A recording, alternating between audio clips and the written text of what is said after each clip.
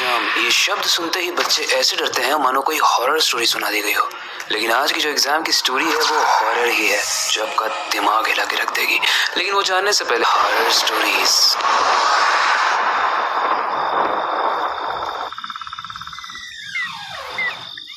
कहानी है करण अर्जुन की। करण और अर्जुन बचपन से ही बेस्ट फ्रेंड्स थे और एक ही स्कूल में पढ़ते थे। वो दोनों ही पढ़ाई में थोड़े कच्चे थे लेकिन स्पोर्ट्स में बहुत अच्छे थे। अर्जुन स्कूल की फुटबॉल टीम का कैप्टन था, वहीं पर करण टेनिस टीम का। टूर्नामेंट में बिजी रहने की वजह से दोनों पढ़ाई पर ध्यान नहीं दे पाते थे और अब उनका फाइनल एग्जाम स्टार्ट होने में सिर्फ 10 दिन बचे थे। दोनों का ही एग्जाम में पास होना बहुत जरूरी था, वरना उनके पेरेंट उनको खेलने के लिए मना कर देते और बैन कर देते उनके स्पोर्ट्स से उनको। वो दोनों पढ़ने की तो कोशिश कर रहे थे लेकिन टाइम की कमी की वजह से और ध्यान भी ना लग पाने की वजह से वो पढ़ नहीं पा रहे थे और वो ये सोचकर डर रहे थे कि आगे क्या होगा। और ऐसे ही करते करते 9 दिन बीत गए और अगली सुबह एग्जाम था। उनके पास कोई ऑप्शन नहीं था, वो बहुत डर रहे थे। तो करण को एक आइडिया आया कि वो चुपके से स्कूल में जाके उनके प्रिंसिपल ऑफिस से पेपर्स को चुरा लेगा, क्योंकि अब यही एक लास्ट ऑप्शन बचा था उनके पास। वो दोनों ही स्कूल के पास पहुंच जाते हैं लेकिन रात के अंधेरे में वो स्कूल बहुत ज्यादा डरावना लग रहा था। वहाँ स्कूल गार्ड के अलावा कोई भी नहीं था। जैसे तैसे वो स्कूल के गार्ड से छुपकर प्रिंसिपल ऑफिस में तो पहुंच जाते हैं और वो एग्जाम के पेपर्स ढूंढने लगते हैं। लेकिन तभी उन्हें रियलाइज होता है कि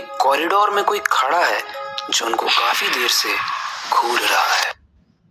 करण ने ये बात अर्जुन को बताई लेकिन अर्जुन ने जैसे ही उस तरफ देखा वहां पर कोई भी नहीं था। अब उन दोनों ने ही इस बात को इग्नोर किया, उन्हें लगा कोई मजाक कर रहा है और वो वापस से एग्जाम के पेपर्स को ढूंढने में लग गए। गाइस, तभी कुछ ऐसा होता है जिसे सुनने के बाद किसी की भी होश उड़ जाए। अचानक सामने रखी अलमारी का दरवाजा खुद ब खुद खुल जाता है। ऐसे में करण अर्जुन एक दूसरे की तरफ देखते हैं और घबरा जाते हैं। तभी अर्जुन की नजर टेबल पर रखे पेपर पे जाती है और जैसे वो उस पेपर को उठाकर देखते हैं वो उनके एग्जाम के पेपर्स थे। पेपर मिलते ही वो दोनों बहुत खुश हो जाते हैं और अभी उनके साथ जो भी हॉरर चीजें हुई वो उसे भूल जाते हैं। अभी अचानक से उस रूम के डोर पर एक नॉक की आवाज आती है और वो दोनों बहुत घबरा जाते हैं। उन्हें लगता है कि शायद गार्ड को पता चल गया और वो हमें ढूंढने के लिए आया है, तो वो उसी टेबल के नीचे छुप जाते हैं। अब धीरे धीरे करके वो नॉक की आवाज तेज होने लगती है और इतनी तेज हो जाती है कि वो दोनों बहुत घबरा जाते हैं। लेकिन अचानक से वो आवाज बंद हो जाती है और धीरे से उस रूम का दरवाजा खुलता है, लेकिन दरवाजे के बाहर कोई भी नहीं था। वो तुरंत वहां से भागने की पूरी कोशिश करते हैं लेकिन उनका पैर फिसल जाता है और दोनों के दोनों गिर जाते हैं, जिसके कारण करण के नाक पर बहुत तेज चोट लगती है और उसके नाक से खून आने लगता है। चोट इतनी ज्यादा थी कि देखते ही देखते करण वहीं पर बेहोश हो जाता है। अर्जुन करण को देखकर काफी चिंतित है और वो समझ नहीं पा रहा है कि मैं क्या करूं। तभी उसे अपने पीछे एक प्रेजेंस फील होती है और जैसे ही वो मुड़कर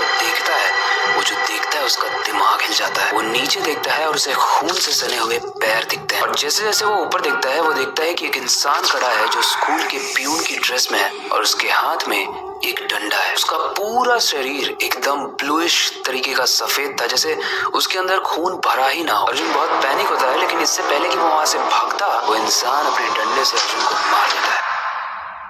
अगले दिन एक स्कूल के गार्ड को अर्जुन और करण स्कूल के कॉरिडोर में बेहोश मिलते हैं। पूरे स्कूल में हाहाकार मच गया और एग्जाम भी कैंसिल हो गया और अर्जुन को उस दिन शाम को होश आया और उनसे जब पूछा गया कि तुम इतनी रात में प्रिंसिपल ऑफिस में क्या कर रहे थे, तो अर्जुन ने वो पूरी कहानी भूत वाली बताई। लेकिन प्रिंसिपल ने बात को काटते हुए ही बोला कि तुम झूठ बोल रहे हो, यहाँ कोई भूत वूत नहीं है और तुमने जो किया है उसकी सजा तुम दोनों को मिलेगी। इसके बाद करण और अर्जुन को फेल कर दिया गया और क्लास को रिपीट करने के लिए कहा गया। करण और अर्जुन ने ये बात अपने स्कूल में और टीचर्स को भी बताई लेकिन कोई भी उनकी बात पर ट्रस्ट नहीं कर रहा था। फिर एक दिन उस स्कूल के गार्ड ने करण और अर्जुन को बताया कि 20 साल पहले यहाँ पर एक गार्ड ने एक हैवी लोन ना चुका पाने की वजह से स्कूल में सुसाइड कर लिया था। उसने यहाँ के प्रिंसिपल से हेल्प मांगी थी कि मेरे लोन को चुकाने में प्लीज मेरी हेल्प करो, लेकिन प्रिंसिपल इतना ज्यादा जिद्दी और घमंडी था कि उसने मना कर दिया, जिसकी वजह से उस गार्ड की जान चली गई और आज भी वो प्रिंसिपल ऑफिस में रात में भटकता है।